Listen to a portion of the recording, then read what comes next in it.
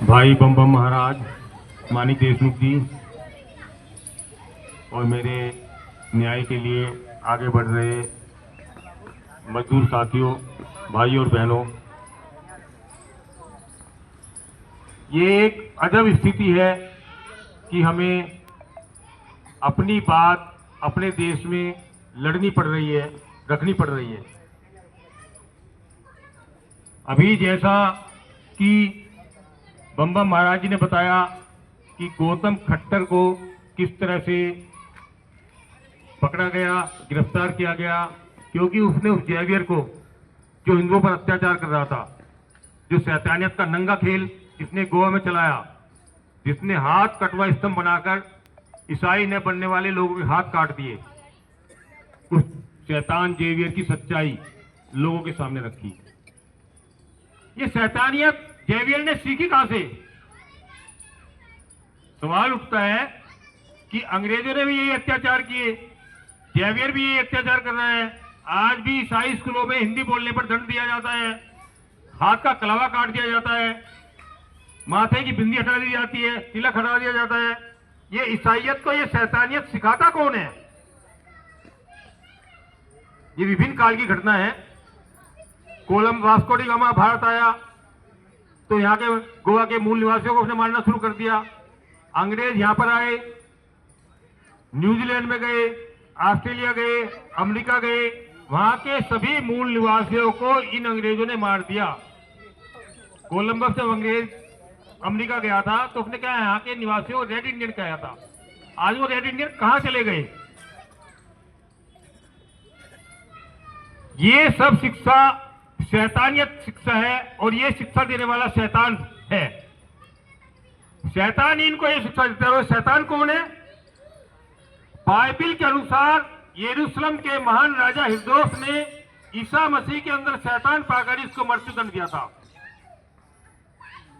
ये वही शैतान है जो जेवियर को शैतानियत सिखाता है, लोगों के, हिंदुओं के हाथ कटवाता है, हिंदुओं को जिंदा जलाता है, हमारी मां बहनों के साथ बलात्कार करके एंग्लो इंडियन की पूरी बस्ती अंग्रेजों ने खड़ी कर दी। और एक दुष्ट जो डासना में बैठा है वो कहता है अंग्रेज बहुत अच्छे थे, क्योंकि वो भी उन अंग्रेजों का फंडिंग खाता है। बोलते अंग्रेजों ने किससे बलात्कार नहीं किया? अरे पूरे के पूरे एंग्लो इंडियन की बस्ती कलकत्ता में बसा दी। एक हीरोइन आई थी यास्मीन, जिसको मंदाकिनी कहते हैं, वो भी एंग्लो इंडियन थी। जो हेलन, वो भी एंग्लो इंडियन है। और ये सब हिंदू महिलाओं से बलात्कार करने के बाद पैदा हुई संतानें हैं ये। और डासने में बैठा हुआ शैतान योग का हवाला देने वाला वो एक यति नाम का जो गृहस्थ है, वो कहता है कि अंग्रेज कुछ नहीं है, अंग्रेज तो बहुत अच्छे हैं। अंग्रेजों के राज में किसी भी गैर नस्ल के या हिंदू नस्ल के उसको जीने का अधिकार नहीं है। बाइबल में लिखा है कि जिस भूमि को तुम ईसाई जीतते हो उसके मूल निवासियों और देवी देवताओं को सदा सदा के लिए नष्ट कर दो, ताकि उस देशों का नामो निशान मिट जाए। ये सब इस किताब में सब वर्णन दिया गया है। बाइबल की उस शैतानियत का हवाला दिया गया है, यीशु में शैतान है। इस पुस्तक को लिखने में मुझे एक रात लगा, किंतु इसका नाम सोचने में मुझे 2.5 साल लग गया कि शैतान को शैतान कहूं कैसे। मैं तो जान गया था कि सब शैतान है। तब मुझे बाइबल की एक लाइन मिली, यरूशलेम से न्याय शास्त्री गए। ये बाइबल मरकुस 3:22 में लिखा है। यरूशलेम से न्याय शास्त्री गए, उन्होंने यीशु को देखा और कहा इसमें शैतान है। तो मैंने इस किताब का नाम रखा यीशु में शैतान है, बाइबल मरकुस 3:22। गौतम खट्टर को जिस तरह से पकड़ा गया, रातों रात उसको हरिद्वार से उठाकर गोवा ले जाया गया, ये अत्याचार है, अन्याय है। और किसके लिए? क्योंकि उसने उस शैतान जेवियर की शैतानियत का पूरा जो नंगा नाच उसने गोवा में खेला था उसका हवाला दिया, उसका विवरण दिया, तो गौतम खट्टर को उठा लिया गया। मेरे भाई और बहनों, ईसाइयत एक शैतानी अधर्म है जिसका नाश करना हर हिंदू का पहला धर्म है। और ये हिंदुओं, यदि तुमने इस शैतानी ईसाइयत का विनाश नहीं किया तो तुम्हारा नाश निश्चित है। जिन लोगों को ईसाई बनाया जा रहा है, ईसाई बना के हमारे नागालैंड के हिंदुओं को ईसाई बना गया, मिजोरम के हिंदुओं को ईसाई बना गया, मेघालय के हिंदुओं को ईसाई बना गया, छत्तीसगढ़ के हिंदुओं को ईसाई बना गया। बाइबल में कहीं नहीं लिखा है कि तुम गैर नस्ल के लोगों को ईसाई बनाकर अपने मिला लो। उनके लिए इनके शैतान खुदा का आदेश है कि तुम उसको जान से मार डालो। बाइबिल मरकुस बाइबिल व्यवस्था विवरण अध्याय का 20वीं आयत है, वो कहती है कि जब तुम किसी देश में युद्ध करने के लिए जाओ तो सबसे पहले उस देश के निवासियों को धमकी देना। यदि तेरी धमकी से डरकर वे लोग तेरी गुलामी स्वीकार करते तो वे सब तेरे गुलाम ठहरते रहे, उनसे तू बेगा लेना। किंतु यदि वो देशवासी जहां तुम हमला करने गए हो अपने देश के दरवाजे तुम्हारे लिए नहीं खोलते हैं तो तेरा प्रभु परमेश्वर यहोवा तुम्हारे साथ है। उस देश की संपत्ति को, स्त्रियों को तुम ईसाई लूट लेना और जो वहां के पुरुष हैं उनको तुम तलवार से मौत के हाथ उतार देना। ये कौन कहता है? ईसाइयों का खुदा यहोवा। मैंने एक बार, दिल्ली की बात है, पोप जानपाल यहां आने वाला था। मैंने पोप के लिए यहां पर उसके स्वागत के लिए अग्निवेश नाम का वो शैतान दुष्ट ईसाइयों का एजेंट यहां पर एक मीटिंग बुलाई उसने कॉन्स्टिट्यूशन क्लब में। गलती से मैं वहां चला गया। मैंने देखा कि वहां दिल्ली का LNG लास्टिक नाम का पादरी बैठा हुआ वहां पर मंच पर। गलती से उसने वो सर्वसम्मति से पोप का आने का प्रस्ताव पारित होना था। गलती से उसने कह लिया किसी को कोई कुछ कहना है तो वो सवाल पूछ सकता है। मैंने कहा कि मेरा दिल्ली के आर्च बिशप LNG लास्टिक से सवाल है कि बाइबिल में लिखा है, बाइबिल के व्यवस्था विवरण अध्याय के आयत 12 में लिखा है कि जिन जातियों को तुम उसके देश से खदेड़ोगे वे ऊंचे से पहाड़ों पर, टीलों पर या किसी भांति के हरे भरे वृक्ष के तले जिसके स्थान पर अपने देवी देवताओं को पूजते हैं उनको तुम ऊंचाई पूरी रीति से नष्ट करना, उनकी वेदियों को ढा देना, उनकी लाटों को तोड़ डालना, उनकी अफेरा नामक मूर्तियों में आग लगा देना, उनकी खुदी मूर्तियों को काट के गिरा देना ताकि उस देश से उनका नामो निशान तक मिट जाए। मैंने फिर कहा किसी बाइबिल के व्यवस्था विवरण अध्याय की आयत 17 में लिखा है कि जो भूमि तुम जीतते हो उसमें कोई स्त्री पुरुष ऐसा पाया जाए जिसने सूर्य को पूजा है, चंद्रमा को पूजा है या आकाश के किसी नक्षत्र को पूजा है तो ऐसे स्त्री पुरुष को तुम ईसाई पकड़ लो, नगर के बाहर फाटक पर ले जाओ और इतने पत्थर मारो कि वो मर जाए। मैंने कहा कि मेरा दिल्ली के आर्च बिशप LNG लास्टिक से सवाल है कि ये तुम्हारा जो परमेश्वर कहते हो ये शैतान है क्या, जो हिंदुओं को मारने का आदेश देता है? उसका मूत्र क्या? और वो उनका जो एजेंट था जिसने कहा था कि किसी को सवाल पूछना है तो यहां जवाब मिलेगा। अग्निवेश ईसाइयों का एजेंट, नक्सलवादियों का खतरनाक सरगना, वो मेरे सवाल का जवाब दिए, सभा की कार्यवाही आगे बढ़ाने लगा। मैंने कहा मैंने स्वामी जी आपके कहने पर सवाल किया है, मेरे सवाल का जवाब मिलना चाहिए। तो वहां पर शंकराचार्य बैठे थे, शंकराचार्य मार्ग वाले माधव मठ के माधवानंद सरस्वती। उन्होंने कहा इसका सवाल इसके पास नहीं, इसका जो 13 लटक गया ना इसका मतलब है इसका पास इस सवाल का जवाब नहीं है।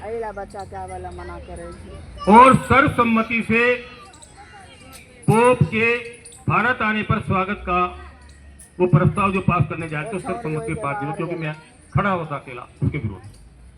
तो मेरे भाई और बहनों, मैं आपको बताना चाहता हूं कि गौतम खट्टर ने जो किया है वो बहुत सराहनीय काम किया है और उससे बड़ा सराहनीय काम हमारे बम्बा महाराज ने किया है, जिन्होंने गौतम खट्टर से उसी दिन फोन पर बात की और उसकी हौसला अफजाई की।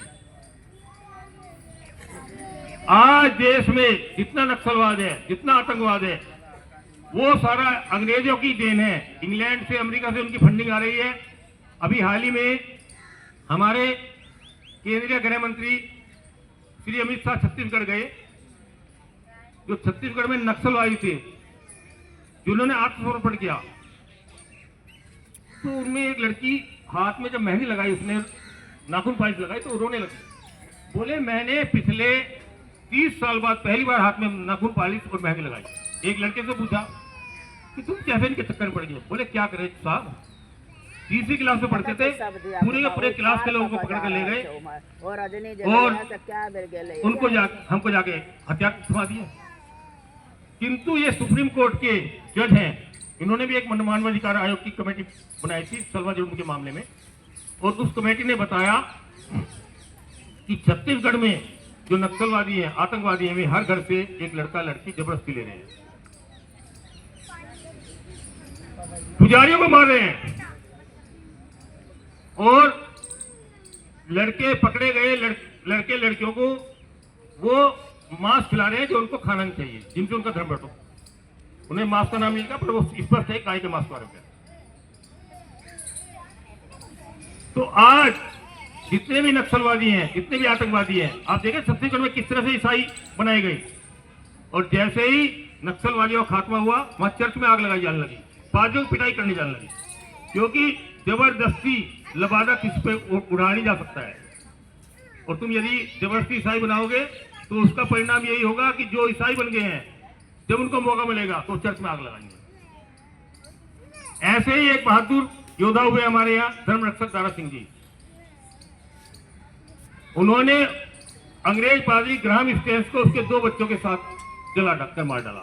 जब सवाल किया गया, इंडिया टुडे ने सवाल किया कि बच्चों का क्या दोष था, तो उन्होंने कहा कि एक किसान है, कंधे पर हल लेकर जा रहा है, खेत में हल जोतता है, दूसरे कंधे पर उसके कुदाल है, वो कुदाल को वहीं छोड़ देता है। तो जब किसान हल चला रहा होगा तो बच्चा कुदाल चलाएगा। तो उन्होंने कोई पश्चाताप नहीं किया, बोले बच्चों को मारना भी, क्योंकि ये नक्सलवादी वजह। मुझे ग्राम वो दारा सिंह के पास में उड़ीसा जेल में 2 महीने रहा, और उन 2 महीने में दारा भाई ने मुझे बताया कि ग्राम स्टेन्स वो शैतान था जिसने पुरलिया में हवाई जहाज से हथियार गिरवाए थे। आप देखिए, हवाई जहाज से हथियार गिराए जाते हैं, हथियार गिराने वाला पादरी पीटर बिलिस पकड़ेगा, किम डेवी फरार है, और 6 और पायलट पकड़े गए, किंतु हथियार उठाने वाला जो हिंदुस्तान में था वो कहां है, उसका आज तक अता पता नहीं है। किंतु दारा भाई ने मुझे बताया वो शैतान हथियार उठाने वाला ग्राम स्टेन्स था। पुरलिया उसकी कर्मभूमि था, पुरलिया में हथियार गिराए गए थे। एक डॉक्यूमेंट्री बनी है, ग्राम स्टेन्स, ईसाइयों ने बनाई है, पुरलिया से मनोहरपुर एक यात्रा। तो मेरे भाइयों और बहनों, आज आप सब लोग यहाँ पर इकट्ठे हुए हैं, मैं आप सबको बताना चाहता हूं, कहना चाहता हूं, समझाना चाहता हूं कि अंग्रेज कोई अच्छे आदमी नहीं थे। और जो अभी बम महाराज ने संविधान की बात की है, ये सारा का सारा संविधान अंग्रेजों ने लिखा है। भारत शासन नियम 1935 है, वही पूरा संविधान माउंटबेटन ने हमारे ऊपर डाल दिया है। किसी अंबेडकर ने संविधान नहीं बनाया, संविधान अंग्रेजों ने बनाया, और पूरा अंग्रेजी राज चल रहा है। ये जो जज हैं सुप्रीम कोर्ट के, ये पूरे बेशरम है, अंग्रेजी में किटपिट करते हैं। सुप्रीम कोर्ट के जजों को मैं यहाँ से चेतावनी देता हूँ, समझाना चाहता हूँ कि तुम आजाद भारत में जीने के तौर तरीके सीख लो। आजाद भारत में अंग्रेजी का कोई काम नहीं है, अंग्रेजी न्याय व्यवस्था कोई काम नहीं है। हमारी न्याय व्यवस्था सदियों चलती आई है, वो न्याय व्यवस्था मनुस्मृति की न्याय व्यवस्था, और सभी लोगों को उस न्याय व्यवस्था से न्याय मिलता रहा है। किंतु ये अंग्रेज, ये दुष्ट अंग्रेज, ये शैतान अंग्रेज हमारी मनुस्मृति में आग लगवाते हैं। ये कोई अंबेडकरवादी नहीं है, ये अंग्रेजों की फंडिंग खाने वाले दुष्ट हैं जो मनुस्मृति को बदनाम कर रहे हैं। और मनु भगवान मनु हम सबके भगवान हैं, ब्राह्मणों के भी, क्षत्रियों के भी, वैश्यों के भी, शूद्रों के भी। किंतु ये खन्ना फैला रहे हैं कि वो शूद्रों के भगवान नहीं है। और एक बात और बताना चाहता हूं कि जितना भी उत्पादन का कार्य है, निर्माण का कार्य है, वो सारा शूद्रों का अधीन है। ब्राह्मणों का काम है शिक्षा देना, वैश्यों का काम है माल बेचना, क्षत्रियों का काम है लड़ाई लड़ना देश के लिए, और शूद्रों का काम है सारा निर्माण कार्य, चाहे वो कुम्हार हो, चाहे लोहार हो, चाहे स्वर्णकार हो, चाहे चर्मकार हो, सारे निर्माण कार्य उनका है। किंतु उनके अंदर हीन भावना डाली जा रही है कि तुम तो बहुत छोटा काम है तुम्हारा, और सारा का सारा काम अंग्रेज हड़प रहे हैं। आप देखिए, जो चर्मकारों का काम था जूता बनाना, वो सारा बाटा ने हड़प लिया है। तो ये उनके हमारे अंदर हीन भावना भरेंगे और सारा व्यापार हड़प रहे हैं। तो मेरे भाई और बहनों, इस मंच के द्वारा आज जंतर मंतर पर एक बात और बताना चाहता हूं मैं आपको, कि अभी हाल ही में कुत्तों के ऊपर अत्याचार शुरू हुआ है। कुत्ते क्या है? भैरव की सवारी है। और ये जज पारदीवाल है जिसने कानून से बढ़कर ऊपर उठकर उस हरामखोर ने, पारदीवाल ने, जेबी पारदीवाल ने, हरामखोर कह रहा हूं मैं, जो इस देश के कानून को नहीं मानता वो हरामखोर ही है। क्योंकि उसने कहा है कि मैं जानबूझकर लिख रहा हूं कि पकड़े गए कुत्तों को उसी स्थान पर नहीं छोड़ने जाएगा जहां से पकड़े गए। किंतु भारत सरकार का जो कानून है उसकी धारा, पशु क्रूरता जन्म नियंत्रण कानून है, उसकी धारा 19 है, वो कहती है कि कुत्ते जहां से पकड़े जाएंगे वहीं पर छोड़े जाएंगे। और ये सर्वोच्च न्यायालय के जज उससे ऊपर उठकर फैसला दे रहे हैं। ये फैसला दे क्यों रहे हैं वो? कुत्ते हैं कौन? भैरव की सवारी है क्या? कुत्तों को, दुष्ट आत्माओं को, भूत को, पिशाच को पहचानने की एक बहुत बड़ी ताकत दी गई है। कुत्ते पहचान लेते हैं कि इस इलाके में कोई भूत तो नहीं है, प्रेत तो नहीं है,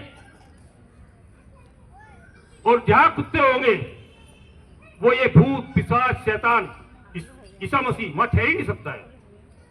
इसीलिए इस देश को ईसाई देश बनाने के लिए कुत्तों को इन सुप्रीम कोर्ट के हरामखोर जजों ने कुत्तों के ऊपर अत्याचार करना शुरू किया है, ताकि इस देश को ईसाई देश बनाया जा सके। ये आगे बंद कर रहते हैं। जब नागालैंड के हिंदुओं को ईसाई बनाया जाता है, मंदिर तोड़े जाते हैं, आगे बंद कर लेते हैं। मिजोरम में 3 जातियां थी, खासी, राभा, 4 जनजातियां हैं, जयंती, खासी, राभा और एक जाति और 4 जनजातियां वहां पर। 3 जातियों जनजातियों को इन्होंने ईसाई बना दिया।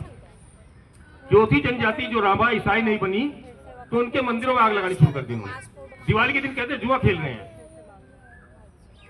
अरे तुम किस पर नंगा नाच करते हो, गलत काम करते हो, शराब पीते हो, हमने तो कभी नहीं कहा। किंतु दिवाली पर यदि कुछ लोग जुआ खेलते हैं धार्मिक परंपरा के आधार पर, तो तुम हमारे मंदिरों में आग लगाओगे। और ये हरामखोर सुप्रीम कोर्ट के जज जब हमारे मंदिरों में आग लगी तो चुप बैठते हैं। जब मणिपुर में हिंदुओं को मारा जाता है मंदिरों में, सारे पहाड़ी क्षेत्रों के मंदिरों में आग लगा दी गई ईसाइयों ने, कुकी ईसाइयों ने, तो ये सुप्रीम कोर्ट के जज चुप है। और जब हिंदू प्रतिक्रिया करता है, थप्पड़ मारता है, तो ईसाई लड़कियां कपड़े फाड़कर चली जाती है, तो सुप्रीम कोर्ट के जज कहते हैं कपड़े फट गए इनके। कई बार ईसाई लड़कों ने खुद कपड़े उतारे अपने। तो मेरे भाई और बहनों, मैं यही कहना चाहता हूं कि आप जाग जाओ। ये सुप्रीम कोर्ट के जज आपके देश को ईसाई बनाने के लिए यहां पर कुत्तों पर अत्याचार कर रहे हैं, कुत्तों को भगाने की साजिश कर रहे हैं। नागालैंड से सारे कुत्तों को मार डाला गया है ताकि वहां ईसाइयत, ईसा मसीह जिसमें शैतान बनाया गया वो जिंदा रह सके। तो बस मैं यही कहता हूं, और खासतौर से बम महाराज का बहुत धन्यवाद अदा करता हूं कि उन्होंने जंतर मंतर में इतना अच्छा प्रोग्राम आयोजित किया।